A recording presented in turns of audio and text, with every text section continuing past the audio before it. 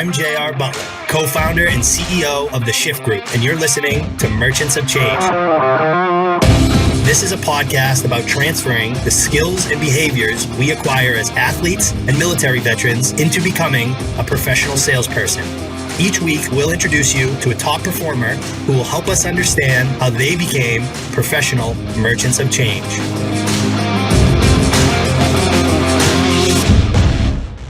Kid's a good fit. What are you telling them to look for in the first role, the first company? Yeah. Like what's good look like for that first sales job, in your opinion, from a company perspective and an opportunity perspective? Look, I think it's going to be them doing some due diligence, right? Finding an industry that they're excited about, right? It's like finding that university you're excited to go to, right? Like you got to find something that's intriguing you, that's pulling you, that you get really happy and you feel good about going to do. Because if you believe in it, you can actually sell it and you can actually become successful and learn it. I think the next thing is understand their training and development program, right? You don't want to go somewhere that doesn't have that support and you get this job and now you're just standing out here on your own two legs trying to figure it out by yourself. And there's no additional coaching. There's no additional outlets. There's no additional resources for you to thrive in. And then the final thing I'd be like, is it a culture fit for you? Right? Like that's an extremely, extremely important piece to all of this. Like if you can't go there and envision yourself being there, but you take a job just to take it, you're in for a world of hurt. To your point, not only is the first year going to be tough, but now you're dealing in a culture that you just don't fit in and you're just miserable all around. 100%. And a lot of that you can learn in the interview process by literally just by meeting the hiring manager and understanding what type of organization are they trying to build? What's the environment they want their team to live in and decide if that's the right environment. It's just like picking a college that first coach is so important. Yes, so it is. important. So important. Yeah, it is. Now, we talk a lot about skill development, right? Because I always think there's attributes and characteristics that can make you successful. And then there's skills and knowledge. And skill development is something that an athlete can relate to. And, when you're in an environment like we are right now, it's tough on sellers. What do you think like a new seller coming into this market should really be focused on from a skill development perspective? Yeah, I think the number one thing would be communication skills for me, right? Yeah. What we're doing right now is never going to go away, right? I know we have AI and we have everyone talking about all these different trends and people are going to disagree with my thought process on it, but people are going to buy from people, right? And if you can't communicate, if you aren't emotionally intelligent enough to understand how to pivot and how to make sure you see where this person's coming from and be able to listen and be able to respond, you're not going to be successful in any field, man. So communication skills would be the biggest thing I would say, hey, let's build on that. I think another skill that we don't talk about enough is asking for help. Yes. Right? Like you got to be willing to say like, I'm not great at this right now. I need assistance, right? I need help. I need some guidance. Like if you do that, I feel like that's a skill in itself to really help you promote yourself and really get you to where you need to get to. I think the final thing is the way you and I got connected, networking, right? Like, how are you networking? How are you like getting out of your comfort zone and talking to people that you probably haven't talked to, but should be talking to and should be in your network and should be communicating with. And then I think I tied it all in together with my grandfather used to tell us all the time, man, 5 Ps, old military guys. And I think he's in the military for like 40 years, something crazy. And he used to tell us all the time, prior preparation prevents poor performance. So if you're out there, man, and you prepare like you should prepare, there's no way you're not going to be able to excel. So, give an example. If you go in and we have a game on a Saturday or a Friday or whatever it is, and you aren't in there watching extra film, you aren't getting that extra lift in, you don't understand what their third down formations are and so on and so forth, and you go out on Saturday and expect to perform, you're delusional. You got to go out there and prepare. So when you get into that interview or you get into that call with that client or that prospect, you've already won. You're just excited to share your information, excited to share where you are and how it's going to benefit them. And you kind of go from there. So the 5 Ps tie communication, asking for help and networking in together for me. But if a Wake Forest senior called you and they're thinking about getting into sales, how are you advising them to select a company to start their career? Like what are the characteristics that you're telling them to look for? I think a couple things that come to mind. And one of the things that you mentioned around people that want to go and immediately be an AE or a field seller or the most high level seller that you can possibly be day one, I think is, a lot of athletes have been successful. They've accomplished a lot. They're at the top of their game. So they may have a bit of an ego. They have a bit of like, hey, yeah, I've done this before. I can do this again. I'm just going to transition my skill set. And I think that a lot of people coming out of college want to bypass developing and bypass building that foundation. So if I was talking to someone that was thinking about getting into sales and talking about selecting a career, I would really urge and encourage them to want to build a foundation and get developed really, really well, where they're, learning how to understand a portfolio of product, where they're understanding how do I, qualify an opportunity? How do I actually structure a call? How do I open a call? How do I have structure within my conversation that allows me to effectively talk about who I am, why I'm calling? From there, how do I qualify and ask the right questions of that customer, position effectively a solution or a product that may align to that customer's project, pain point, needs, initiatives, whatever may be going on, handle objections throughout that conversation. And then from there, be able to close for some sort of next step. How do I actually learn that stuff? So getting developed. And then from there, being a part of an environment where, you're going to have an opportunity to get at bats, to make mistakes, to have some failures. Companies structured differently around compensation. So questions I'd be asking, one around training and development. What does that look like at your company? Talk me through that. A lot of people coming out of school have to pay bills. So we do think about things like compensation and how am I going to be compensated? Some companies 100% commission day one. Some companies 100% salary day one. Some companies a mix of having a base salary with commission day one.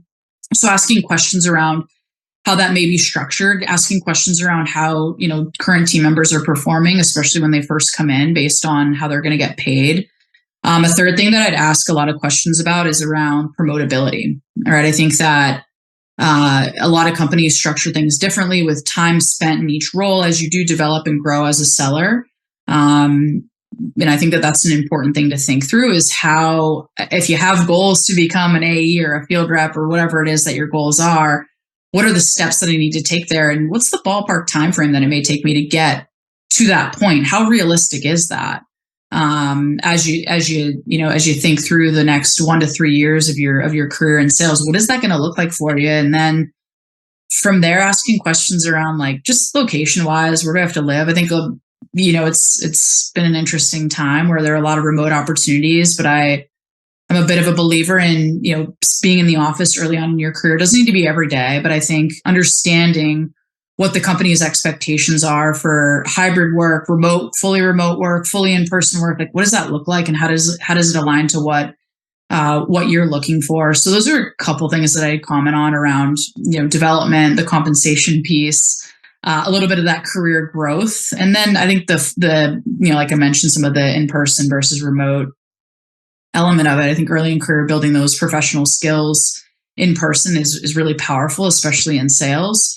And then the final thing is just thinking a little bit about what's that company's culture, not only as a holistic company, but then what's your sales organization's culture and what does that look like and how does that align to what you may be looking for as a potential seller at that company?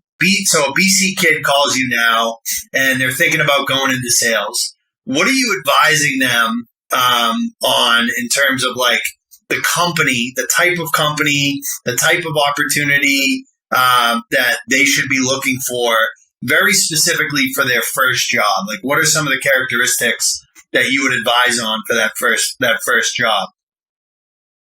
Well, I was thinking about this. I think I'd say it. You might have heard other guests might have said it, but sales is the most rewarding, hardworking job in the world.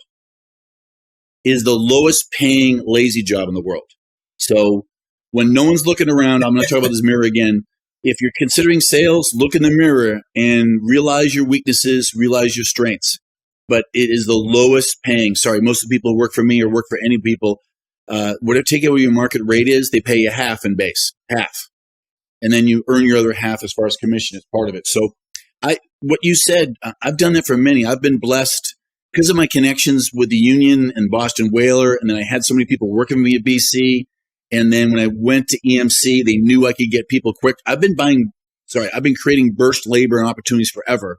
I was so happy the other day when one of my mentees, Jeff Reel, let me tell you about this story for 5 seconds. 1999, my best friend at my wedding, I was his best man, and he was my best man, a guy named Jimmy Reardon, still my best friend. We talk almost every day. He calls me up. He goes, I need a guy, Jeff Reel. He's an ex-athlete, all-time leading rusher at Northeastern, all-time touchdown creator at Northeastern. Unfortunately, they stopped the program since then. But, played for Barry Gallup. Great guy. But he was a little rough around the edges. Hasn't been in technology. His dad owned a rug store, installed carpets and stuff like that. I brought him in. I won't go into exact details how bad his first day at work is, but let's just put it away. It was rough. But he moved around. I brought him in. Sorry, paid him $40,000 a year. All in. $40,000 his first job in 1999. Yeah. That was a boom year. $40,000 all in. Yeah. Now, you might say that's not a lot in tech. You're right. But compared to where he's at, being a rug maker's assistant, it was double what he was going to make. And it was a better job. Longer commute. He didn't complain about it. Never complained once. Figured out his own stuff. Just started doing quotes, just online quotes for the people who were traveling because they were going boom, boom, boom, boom. He moved all the way up, worked through 6 jobs. That young man, 2 things, just created a company recently, sold the company for, I won't go with the exact details, but, 7 figures, well into 7 figures that he liked personally, which is great. And his daughter, to keep things going, his daughter just won an award for equivalent of the female Heisman. And she was on the UCLA soccer team that won the national championship. It was incredible. But he started out really, really, really, really rough, which is great. So they can always move up as part of it. But no, I get that call from interns a lot. One of my best friends, Paul McGee, his son, Will, is coming out. He's trying to decide sales versus finance. My advice I gave to him, I goes, if you're still in college, you better get an internship while in college now. Oh, I got to get my grades up. Okay, great. Grades are really important, but over a certain amount, when I'm interviewing people between a 3 and 3.7, it really doesn't matter. Okay, a 1.7, that matters. But, between a 3 and 3.7 matters. If you graduate in 5.5 years versus 4, you can get past that. I mean, people go deal through things in family. This particular person had his own mother pass away from an illness. I was at the funeral, obviously. And then his own older brother had an unfortunate accident. The reason why I wear a band on my arm. There's some reasons. He went through from being a scholarship wrestler at Old Dominion. Then he went over to Ohio U as a Bobcat. But he goes, what can I do to set myself different for someone in college when you graduate? I go, here's what you do differently. Get an internship. He was going to get an internship at Dell. And he was going to have to go down to Austin for the summer. Okay, for the record, going down to Austin and being an intern in finance or sales isn't as fun as being a bartender at Put-in-Bay. You know where Put-in-Bay it is? You can look it up. It's in Ohio. It's by Sandusky, by the roller coaster, Cedar Point. That's not as fun. But if he keeps on doing that bartending thing, when he comes out at the end and wants a job, he'll lose to someone who took the job going to Austin and become an intern. An example, my daughter Olivia, she works for Fortinet. She was an intern at 4 different places in college. One of them, Zoom, the thing that almost everybody uses for everything. She was a competitive advantage versus everybody else. She was doing internships at Barracuda right after they went public when she was 16 years old in high school. She happened to have an incredible high GPA. Wow. She went to Boston College. She was an Eagle as well, double major. But the fact that she had 4 internships, all at startups, one of them Zoom, she was a very highly touted, and she's compensated well for what she does, which is great. But that's competitive advantage out there. So if you're willing to do the internships to get ready that, and then as you're cutting out, I would go to a company if you could, maybe not the biggest company, but the fastest moving company. If you go to my LinkedIn, it's not these trees behind it. It says the word fast company. I was profiled by Fast Company one time. A company that moves fast, is able to promote you fast, put you in a training program fast. Remember my own decision. Did I want to go work for, I work for IBM now, but did I work for IBM and go through a training program for 2 years? No. Don't work for AT&T and go for a training program for 2 years. I want to be on the ground running as soon as possible. I want to control my own destiny. So, yes, a place that has a training program could accelerate you fast. And you might want to even check it out. What did the biggest, most successful salespeople and sales rainmakers, what do they look like, act like, what are their backgrounds? If you're Salem State grad at 29 who had to do some things for the family, and that's awesome. I'm with you. If you're listening right now, I'm with you. But you go to a company that everybody is 22 years old in the field and they all went to Harvard, you got to look for a different place. What I loved about, Right. some of the places I went at, there were a lot of BC grads, a lot of URI grads, a lot of UMass grads, a lot of people where their dads were construction workers or plumbers, like my dad.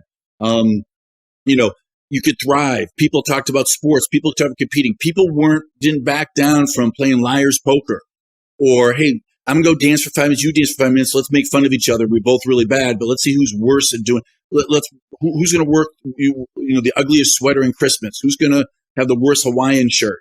Whatever's necessary. But the ability to compete and be on stage is a big driver. So hopefully that answers your question. That would be the advice I'd give them. But if someone's toggling in college between, most people know they want to go into sales. If for the reason they don't want to, same reason with me. I wanted to be Ironsides. I wanted to be Perry Mason, but I didn't want to do it twice a year. I want to do it 40 times a week. So that sales lets you be on stage 40 times a week. Yeah. I really like that idea of like fast. Like we talk about growth, we talk about, learning opportunities, getting a lot of experience. But I think describing it as getting those things fast is a really good way to put it. And so if a senior calls you, right, they're thinking about getting into sales. And we have this happen a lot. A lot of our kids will get multiple offers. So I'm really curious to get your take here. What's your general guidance on like how a first time salesperson getting into a BDR role, what should they be looking for in the company that they select to start their career at? Yeah, it's a fantastic question and one that I wish that I had considered when I was in these stages of my career as well. That said, I think first and foremost, I'd say don't overthink it. Like you certainly have a bunch of opportunities, and that's fantastic. You're valuable in the marketplace. You're high demand, right? You want to take it seriously, but don't necessarily overthink it the way I see it. Because in my career, what I've noticed specifically in software and inside sales is that you're going to build incredible relationships with the people that you start with and the good people at the first company that you join, right? And all of that's certainly going to have an impact on you.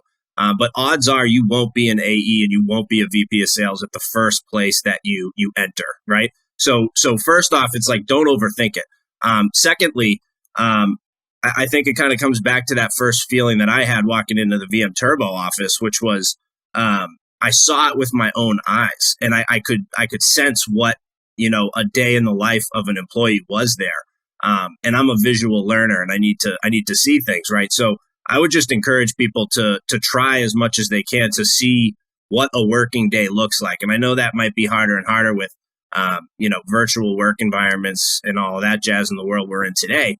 But do anything you can to see what a day in the life of a average employee is. Try to suss out how other employees who are currently there kind of feel the same way about their day to day, and use that as the major decision making criteria. Like, are these people happy? Do they seem like they're working hard, but they actually care about what they're doing? They're connected to a larger vision. Are there leaders at this company that when they say something to you, you believe them and other people believe them and follow them? Those are the things that I'd be looking for, the intangibles, not quite the details. It's really like, is this a good team? Is this franchise moving in the right direction? Do they have leadership that I feel like care about me and will care about developing my skills and I want to serve them? Like, those are the questions I'd be asking. Not so much product market fit or do I have a quick path to AE or am I getting paid the same amount as maybe some other cold callers in the market? Like, those things matter when you're trying to make an ultimate decision, but they're not the things that really make the right decision. So I'd stay focused on the softer side of things than the harder. I couldn't agree more. We have kids that make decisions based off of a 5K gap and base salary. When I know deep down, I'm like, hey, this leadership team is a much better fit for you. You're gonna gel here, and you're gonna work for people that are gonna teach you. And that first leadership organization that you work underneath is so important, right? Like, we just look at, like we talked about all the people that came out of Turbo, because we had some leaders there that really gave a shit and like really helped kids start their career on the right foot.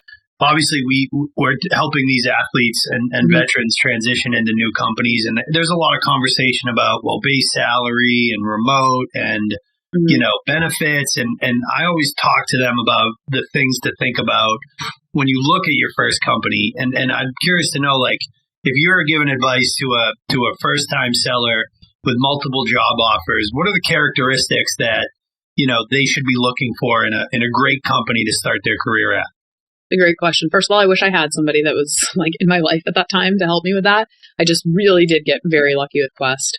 The first thing, like all of that stuff aside, like first of all, the company should have benefits. That's a check the box. Of course. That's a good point in my opinion. And remote, hybrid, you can argue that kind of stuff all day. But the biggest thing is like, is this a growth company? The thing about my career is that, and this is also again a lifestyle and a personality match. Like I only like to work at high growth tech companies. I like the speed. I like the urgency. I like solving problems. I like that the only thing I can count on is change. So you have to be a fit for that. If you're not good with change, those aren't going to be great companies for you. But I would now, if I could go back, that would be something I would change is I would really invest time into researching the company and making sure that there is future potential opportunity ahead where there could be massive growth, because with growth comes opportunity. And I have found a lot of success and a lot of fulfillment in my career. I've only worked at 4 companies and I've been in my career for 20 years. So I don't company hop. I'm very loyal. And it's because Quest was lucky, but it's because those next 3 decisions were very intentional on what is the technology, what is the growth trajectory, what's the potential for like future opportunity, and then what's the culture like?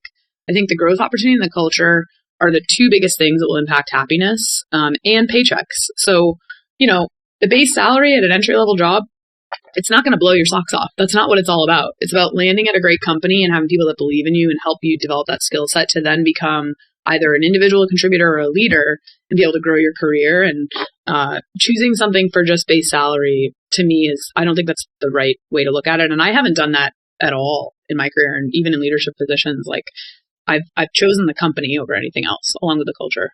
Yeah. And culture is what you just mentioned. It's learning. Is it a learning and development culture? Are they constantly trying to help you get better, the people that you work for and just the organization as a whole? Say you got a senior from Cal, they're a football player, maybe women's lacrosse player, and they're starting to make a plan for their career, right? And they're considering sales.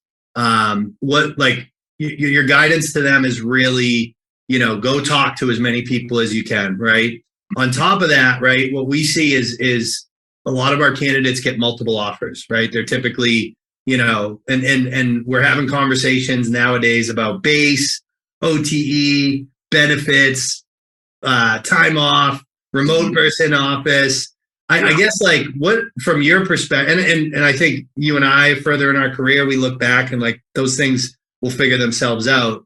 What are some criteria that you're coaching these kids up on in terms of the place, the company, the organization that they're going to start their career? What does good look like for you?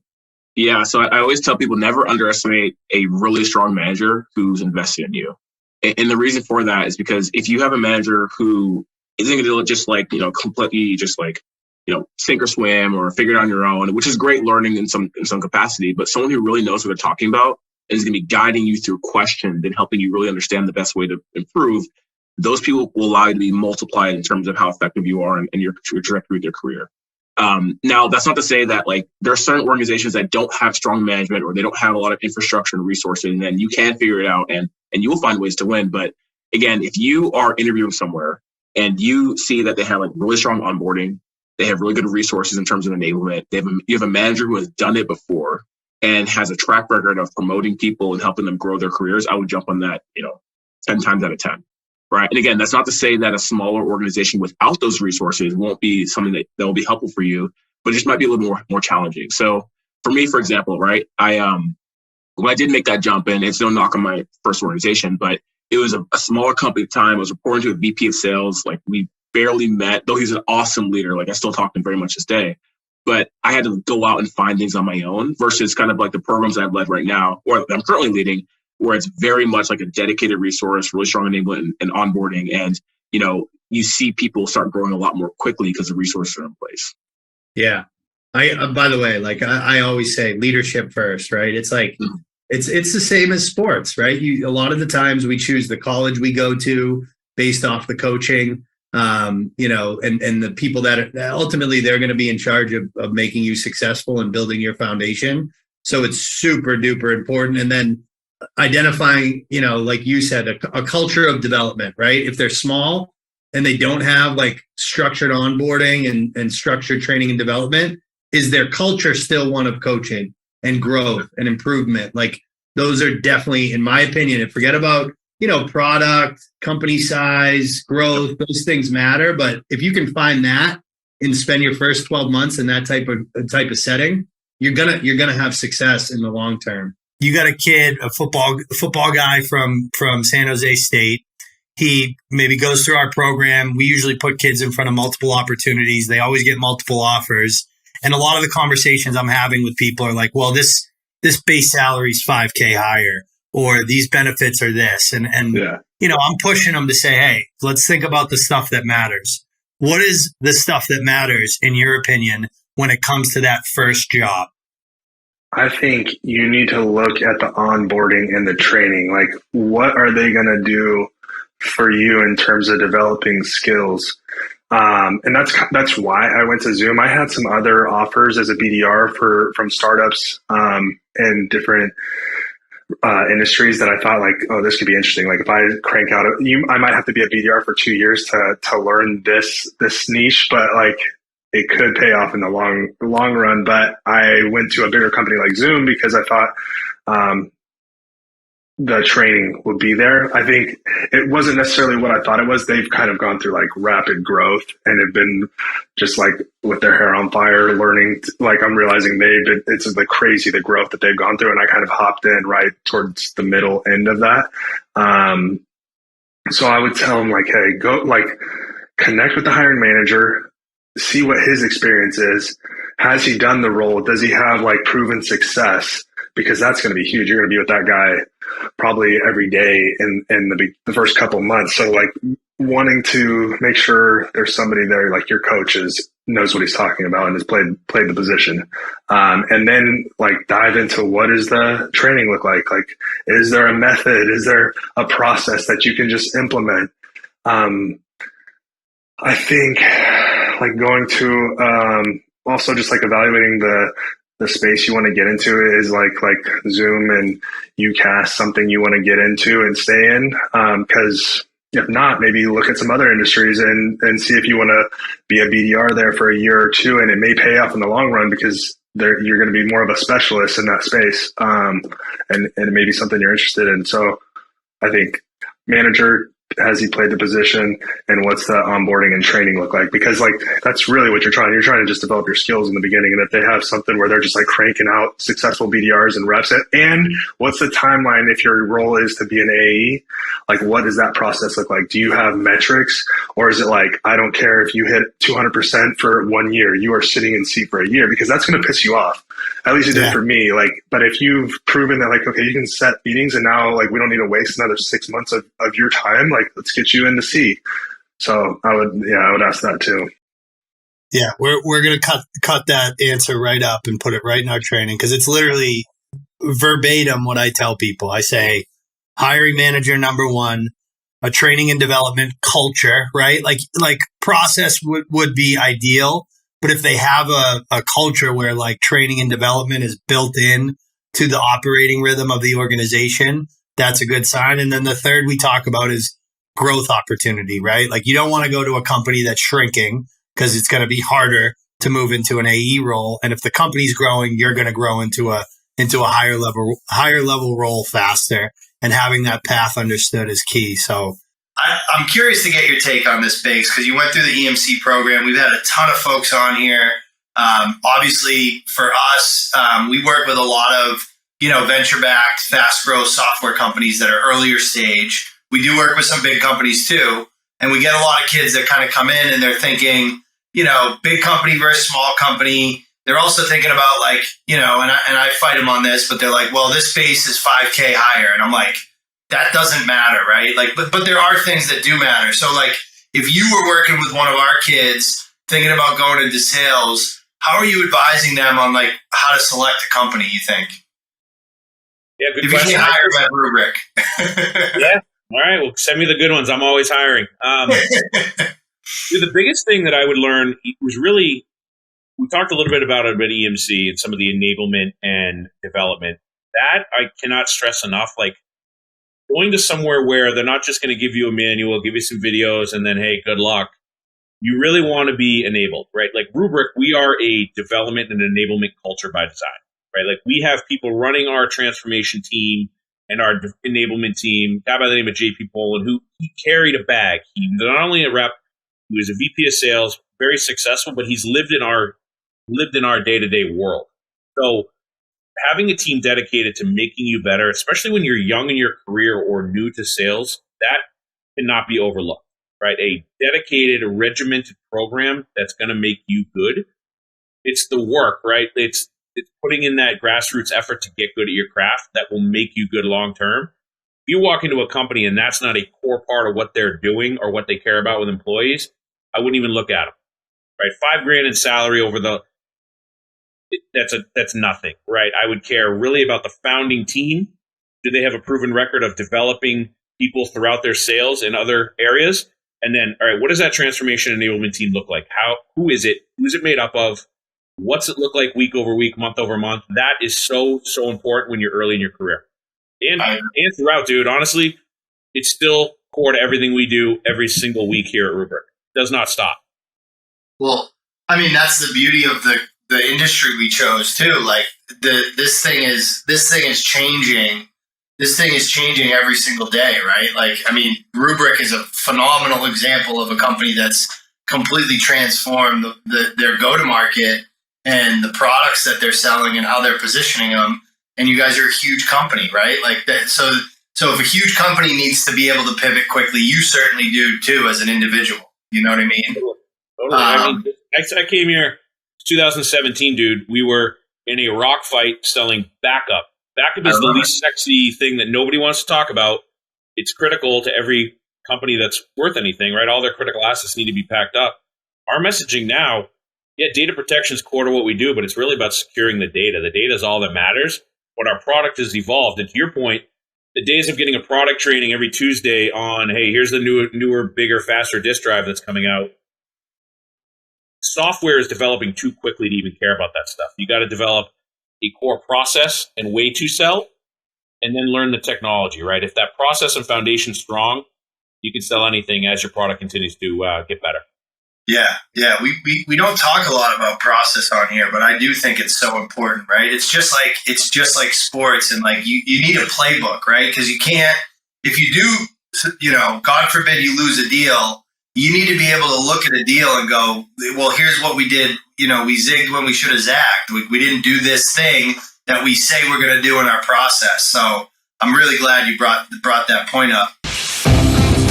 This wraps up this episode of Merchants of Change. If you enjoyed this episode, the most meaningful way to say thanks is to submit a review wherever you listen to podcasts. If you're interested in working with us, please come find us at www.shiftgroup.io.